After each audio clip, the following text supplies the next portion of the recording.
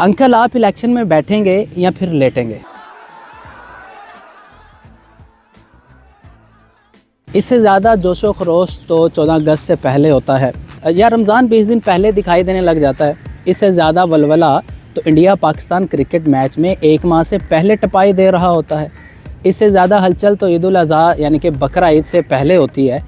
इससे ज़्यादा सरगर्मी तो किसी भी गांव में होने वाली शादी से 18 दिन कबल महसूस होने लगती है। बज़ाहिर जोश व खरोश में कमी अपनी जगह, मगर ऐसा हरगिज़ नहीं कि वोटरों के रवैये से कोई घबराहट छलक रही हो, बल्कि चेहरों पर इत्मीनान है। कैसा इत्मीनान? चेहरों पर इत्मीनान फैला हुआ है जो अमूमन शादी, खतना, अकीका वगैरह की तकरीब प्रोफेशनल इवेंट मैनेजर या कंपनियों के हवाले कर देने से इत्मीनान हासिल होता है।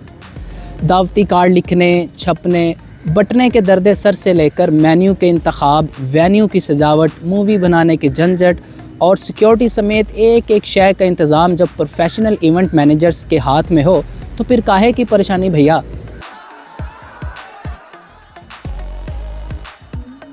इस मुल्क में तो ऐसे इंतखाबात होते हैं कि बहुत से हलकों में ख़वातीन से वोट डालना पसंद ही नहीं करवाया जाता। इस मुल्क में तो एक सूबा ऐसा भी है जहां अगर कौमी या सूबाई असम्बली के उम्मीदवार को 50,000 रजिस्टर्ड वोटों में से 537 वोट भी डल जाएं तो वो जीत जाता है।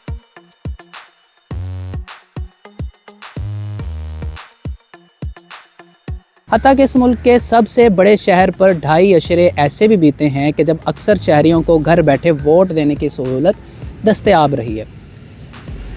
मेरी जिनसे मुलाकात हुई वो कहते हैं कि मैं ख़ुद ऐसा वोटर हूँ जिसने 2002, 2008 और 2013 के इंतखाबात में घर बैठे अपना बुनियादी हक़ इस्तेमाल किया। ये सहूलत मैंने या मेरे अहले खाना ने खुद हासिल नहीं की थी, बल्कि इन लमंडों ने फ़राहम की थी जो D-Day से एक शाम पहले आकर बता देते थे कि अंकल आप लोग कहाँ पोलिंग स्टेशन बूथ वगैरह तलाश करेंगे, इतने रश में हम हैं ना।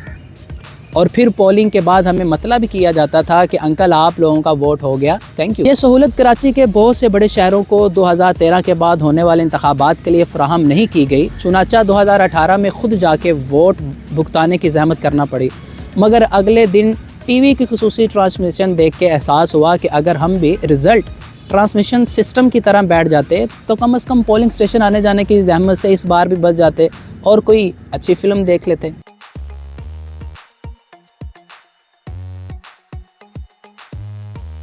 पहली बार लग रहा है कि प्रोफेशनल इवेंट मैनेजर्स के होते किसी को आलतू फालतू परेशानी नहीं होनी चाहिए। मदऊ सियासी जमातों को भेजे गए कार्ड्स पर मेज़ और सीट नंबर दर्ज हैं।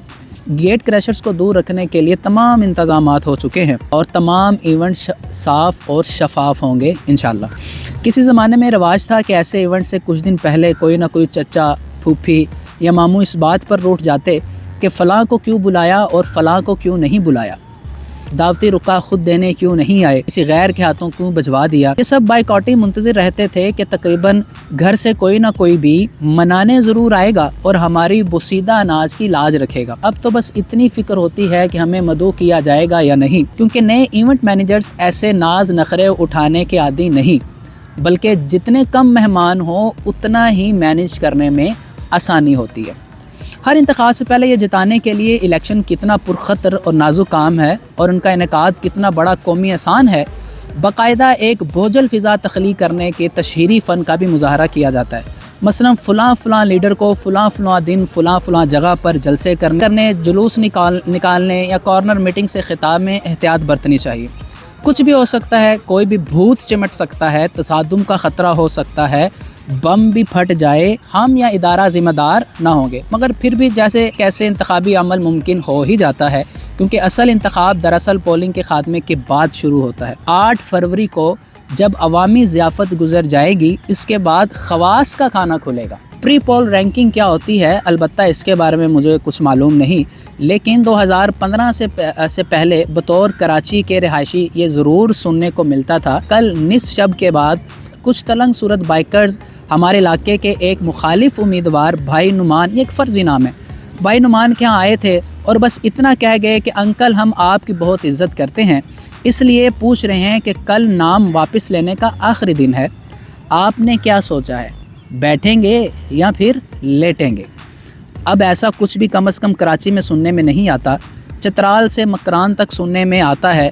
اب تلنگ صورت بائکرز یہ کام نہیں کرتے، پروفیشنلز کرتے ہیں، اور جب بھیا آل از ویل کا اشارہ مل جاتا ہے تو پھر آل از ویل ہو جاتا ہے۔ امید ہے کہ آپ کو اس تحریر کے اندر جو میں نے پڑھی معلوم ہو گیا ہوگا کہ پروفیشنلز کون ہیں اور یہ انتخابی ایونٹ کن پروفیشنلز کے ہاتھ ہے۔